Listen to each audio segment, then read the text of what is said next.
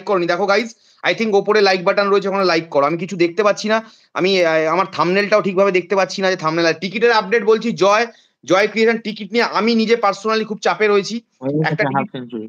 Half century হয়ে গেছে। আচ্ছা, একটা টিকিট কাটতে গিয়ে দুটো টিকিটের টাকা চলে গেছে, সেটা বাদ দাও, গেল, সেটা মেনেই নিলাম। বাট তারপরেও টিকিটটা এখন যে কোথা থেকে রিডিম হবে, কারণ দেখো আমাদের টাইম কিন্তু কালকের দিনটা রয়েছে, কালকে তো, আজকে তো আর এত রাতে জানাবে না যে কালকে তার মানে রিডিম করতে পারবে না। অনলাইন টিকিটটা দেবে কিনা এখন অব্দি বুঝতে পারছি না, অফলাইন টিকিট দেওয়ার সময় নেই। 1 তারিখ কলকাতা বন্ধ, 2 তারিখ 3 তারিখ হাতে সময় রয়েছে, 4 তারিখও বন্ধ ধরে নাও, কারণ 4 তারিখ ভোটের রেজাল্ট, সেদিনকার টিকিট টিকিট বন্টন কতটা হবে আমি জানি না, যদি সম্ভব কতটা জানি না। তারপরে তো 5 তারিখ 6 তারিখ খেলা, তো দেখা যাক। এখন অব্দি আমি তো আশা করেছিলাম এই উইকেন্ডেই চলে আসার উচিত ছিল। আজকে থার্সডে হয়ে কালকে ফ্রাইডে হয়ে যাচ্ছে, আমি তো আশা করেছিলাম এই উইকেন্ডেই চলে আসবে টিকিটের সব ডিটেলস, টিকিটের সব নিউজ, বাট সেটা এখন অব্দি আসেনি। সেই জন্য কিন্তু আমি খানিকটা কিন্তু তোমার অবাকই হলাম। দেখা যাক, আশা করছি যে টিকিটের ভালো নিউজ তোমাদেরকে দিতে পারবো, এবং অফলাইনে টিকিট দেওয়ার চান্সেস কিন্তু যত দিন যাচ্ছে আই থিঙ্ক সেটা দিন দিন কিন্তু ডিক্রিজ করছে, মানে অফলাইনে টিকিট দেওয়ার চান্সেসটা।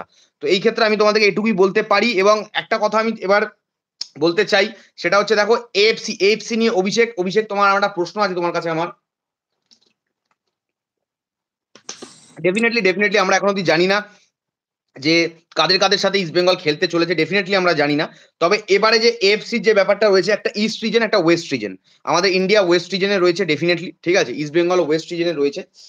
তুমি যদি একটা জিনিস লক্ষ্য করেছো, ডেফিনেটলি তুমি লক্ষ্য করেছো, আমি প্রথমে ইস্ট বেঙ্গলকে নিয়ে কথা বলছি, দেখো মোহনবাগানকে নিয়ে অল্প করে বলবো, বাট মোহনবাগানটা অনেক দূরে, মোহনবাগান সেপ্টেম্বরে নামতে চলেছে, ঠিক আছে। তো ডেফিনেটলি ইস্ট বেঙ্গলের আর মাঠে নামতে সময় মোটামুটি ধরো ওই 2 মাস। আজকে 30 তারিখ, জুলাই মাসের লাস্টে 31 তারিখ মোস্ট প্রবাবলি ইস্ট বেঙ্গল নামছে। অভিষেক, যে কটা টিম মোটামুটি এখানে আমি দেখতে পাচ্ছি, সেটা তোমার জর্ডানের টিম বলো, তাজাকিস্তান বলো, বাহারিন বলো, কুয়েত বলো, বা তুর্কমেনিস্তান বলো, এদের মধ্যে তুর্কমেনিস্তানের যে টিমটা তোমার আরকাডাক বলে যে টিমটা, এরা ফার্স্ট টাইম তোমার এএফসি তে ফার্স্ট টাইম চান্স পেয়েছে। এবং তারপরে যদি তোমার কুয়েতের টিমটা আমরা বলি, যদি আল কুয়েতের টিমটা বলি, ওরা 13 টাইম। আচ্ছা, আল আল আহিল যে টিমটার কথা বলছি, ওরাও ফার্স্ট টাইম কিন্তু বাহারিনের যারা কিংস কাপ জিতেছে। এবং তাছাড়া আর দেখতে পাচ্ছি তোমার, ওটা আগের দিন যেটা ভুল বলছিল হ্যাঁ আল হ্যাঁ আহিলি, হ্যাঁ হ্যাঁ, ওটা ওটা আমি বলি। ওটা ও ও সৌদির ক্লাবটা বলছিল, এটা সৌদি এটা কাপটা যারা সৌদির ক্লাব যারা মৃত্যুঞ্জয়। চ্যাম্পিয়ন্স ফাইনাল খেললো। হ্যাঁ, মৃত্যুঞ্জয় যেটা বলছিল ওটা সৌদির ক্লাবটা, এটা অ্যাকচুয়ালি হচ্ছে বাহারিনের ক্লাবটা, দুটো ডিফারেন্ট বাহারিনের ক্লাব। ক্লাব, ওরা এটা ফার্স্ট টাইম। মার্কেট। হুম, বলো হ্যাঁ, বলো বলো। বলো বলো। ওরা এটা আমি বলিনি, মার্কেট। তারপর আমি তুমি মার্কেট ভ্যালু গুলোতে হ্যাঁ, তুমি আসবে, আমি হ্যাঁ, ঠিক আমি এটা আছে, বলিনি তো। ঠিক আছে। প্রশ্নটা কমপ্লিট করি যে এটা ফার্স্ট টাইম খেলছে ইস্ট বেঙ্গলের, এটা হচ্ছে 9 নম্বর টাইম ইস্ট বেঙ্গল খেলছে।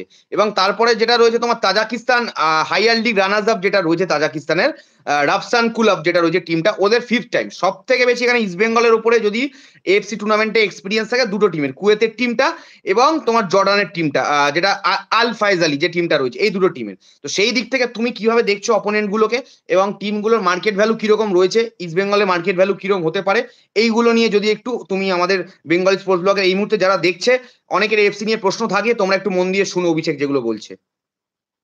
দেখো, প্রথমত হচ্ছে আমি শুরু করে হচ্ছে আল ফাইভালি এফসি, যেটা জর্ডানের ক্লাবটা, যেটা মোর ওভার ওই আমাদের আহ, যে নামটা বলো, আমাদের হিজাজি মেহেরের এক্স ক্লাব, মানে এক্স এক্স ভাইয়া, হ্যাঁ। হিজাজি।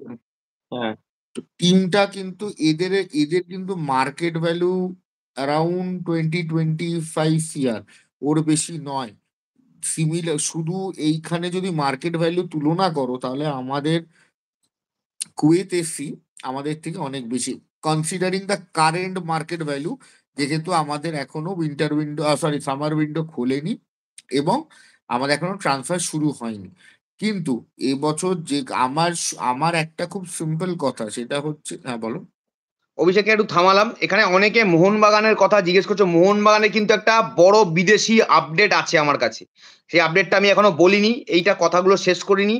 মোহনবাগানে কিন্তু একজন বড় ইউরো কাপ, এবারে ইউরো কাপের কানেকশন অভিষেক নামটা জানে একমাত্র, যেটা আমি বলতে চলেছি।